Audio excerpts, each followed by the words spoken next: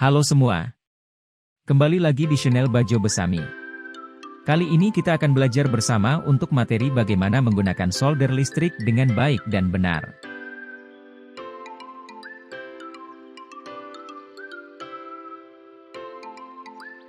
Solder merupakan alat bantu dalam merakit atau membongkar rangkaian elektronika pada rangkaian yang terdapat pada papan PCB. Solder merupakan alat elektronika yang mengubah energi listrik menjadi energi panas.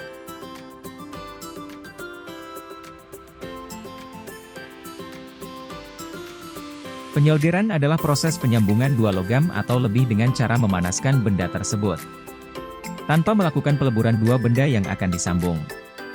Solder juga digunakan untuk upaya alternatif jumper dengan menghubungkan kabel kecil, ada hubungan yang putus pada papan PCB agar yang retak atau terputus dapat tersambung kembali.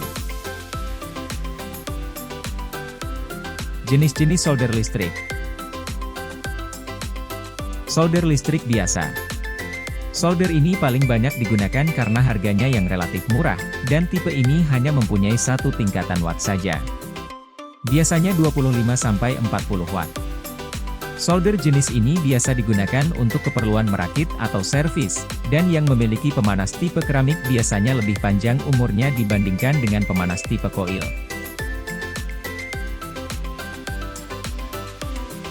Solder listrik tembak. Istilah solder ini biasa disebut di kalangan teknisi untuk membedakannya dari solder biasa, karena mirip dengan tipe solder biasa tetapi ini mempunyai semacam tombol di gagangnya seperti tembakan yang bila ditekan sehingga soldernya akan cepat bertambah panas. Solder listrik dengan kontrol suhu. Solder jenis ini mempunyai pengatur suhu dan bisa dipilih suhunya sesuai kebutuhan. Solder ini memiliki keterangan ESD-CV sehingga aman digunakan untuk solder perangkat IC. Ciri-ciri solder ini adalah memiliki box kontrol terpisah dari solder tersebut. Kelebihan solder ini adalah bila dinyalakan seberapa lama pun suhunya akan stabil atau konstan sehingga tidak merusak solder itu sendiri. Solder blower. Solder jenis ini cara bekerjanya adalah dengan cara mengalirkan udara panas yang dihasilkan pemanas dengan menggunakan blower, sehingga pada solder blower ini memiliki dua tombol pengatur, yaitu tombol pengatur suhu dan tombol pengatur kecepatan putaran blower. Solder ini digunakan untuk penyolderan atau pelepasan komponen jenis SMD, karena jika menggunakan solder biasa untuk melepas komponen SMD, akan menyebabkan kerusakan pada PCB-nya.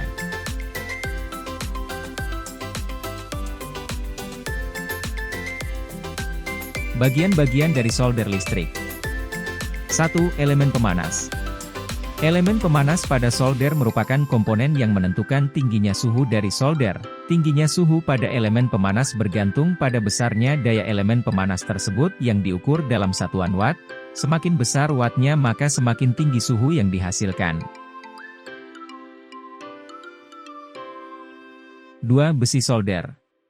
Besi solder berfungsi untuk mengalirkan panas dari elemen pemanas dan biasanya terbuat dari tembaga karena sifat tembaga yang mudah menyalurkan panas. Besi solder yang baik mampu mengalirkan panas dengan sempurna dan mengumpulkan panas pada ujungnya kepalanya, sehingga suhu pada ujung besi solder jauh lebih panas daripada suhu pada elemen pemanasnya, dan pada bitnya diberi lapisan khusus anti lengket dan anti karat sehingga lebih mudah untuk menyolder dan lebih gampang dalam membersihkannya.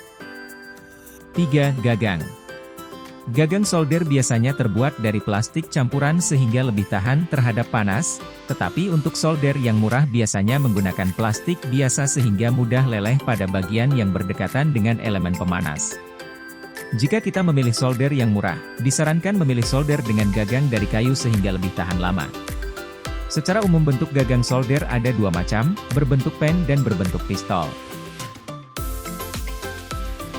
Tata cara menggunakan solder.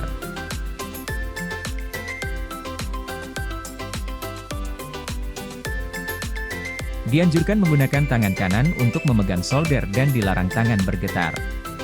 Pegang timah dengan tangan kiri dan timah harus dipegang sekitar 2 cm dari ujung.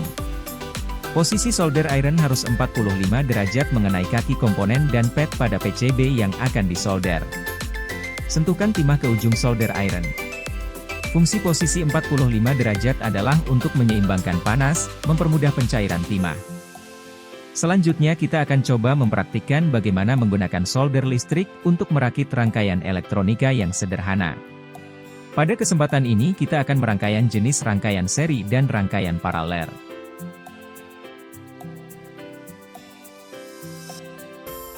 Sebelum melakukan praktik kita siapkan terlebih dahulu kebutuhan alat dan bahan. Pertama siapkan komponen elektronika yang akan kita solder yaitu komponen resistor.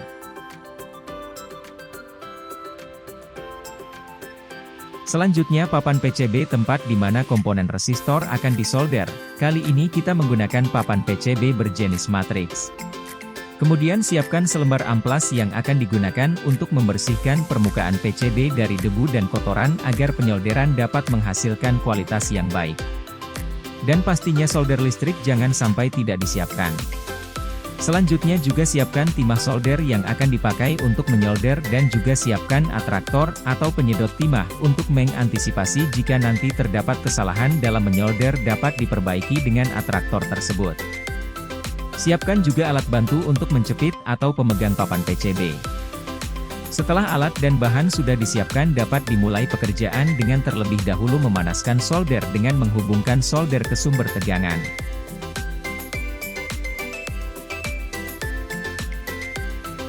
Sembari menunggu solder sampai panas ke suhu yang dibutuhkan, kita dapat melakukan pekerjaan membersihkan kaki-kaki komponen yang akan disolder menggunakan karter atau amplas. Hal ini bertujuan untuk mempermudah proses penyolderan dan mendapatkan kualitas yang baik.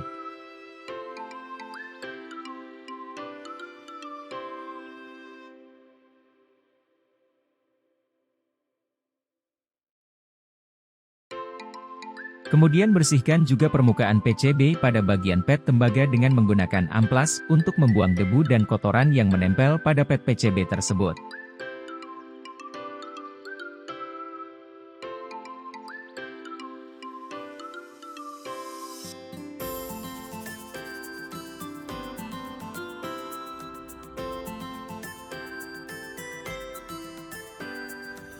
Selanjutnya susun komponen resistor yang akan disolder pada PCB yang menyesuaikan rangkaian yang dibuat.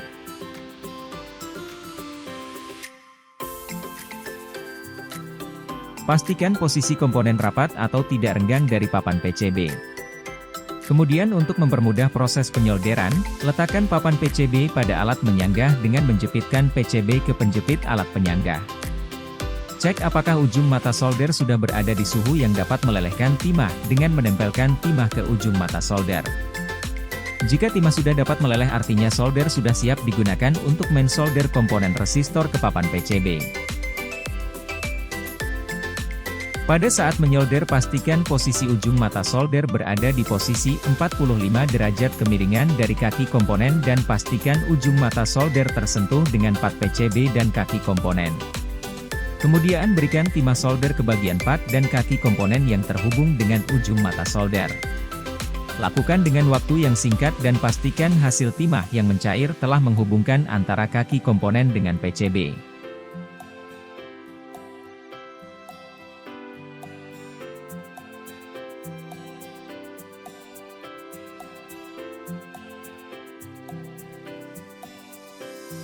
Hasil penyolderan yang baik dan benar adalah timah dari penyolderan akan mengunci kaki komponen ke papan PCB di mana bentuk timah membentuk kerucut ke atas seperti gunung. Apabila dirasa hasil penyolderan untuk yang pertama masih kurang baik, lakukan perbaikan pada penyolderan berikutnya sesuai dengan shop yang telah disepakati. Apabila telah menemukan rasa atau posisi atau teknik yang pas pada saat penyolderan, terus lakukan penyolderan untuk kaki-kaki komponen berikutnya dengan tetap menjaga pola rasa atau teknik tersebut dengan konsisten sehingga mendapatkan hasil penyolderan yang baik secara merata.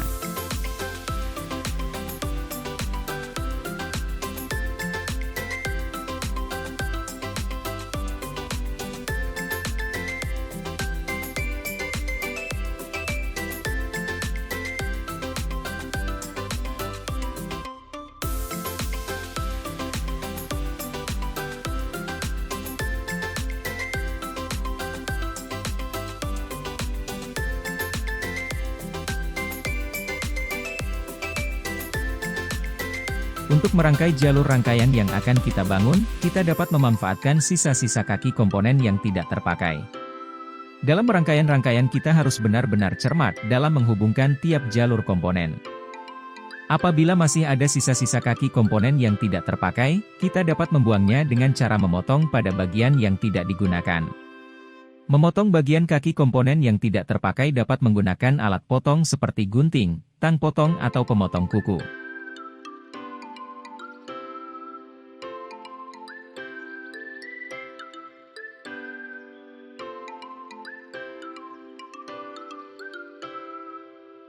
Setelah mendesain jalur rangkaian antar komponen, segera lakukan penyolderan kembali pada titik-titik pertemuan tiap komponen dan pastikan teknik penyolderan tetap menjaga kualitas yang terbaik. Dan jangan lupa untuk menyiapkan soket sebagai sumber tegangan rangkaian. Solder dan hubungkan juga soket sumber tegangan ke rangkaian yang telah dibangun.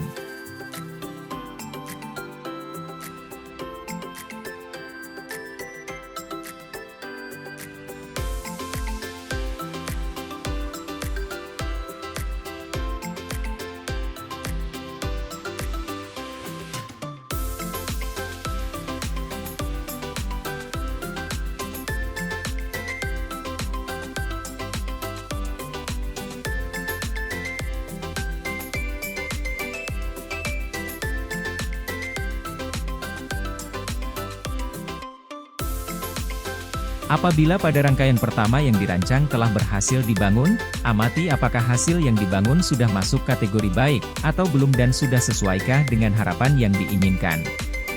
Jika dirasa hasil pada uji coba rangkaian pertama sudah dianggap sesuai, lanjutkan dengan percobaan rangkaian kedua. Di mana pada proses perangkaian dan penyolderan tetap mengacu pada hasil pengalaman pada percobaan pertama.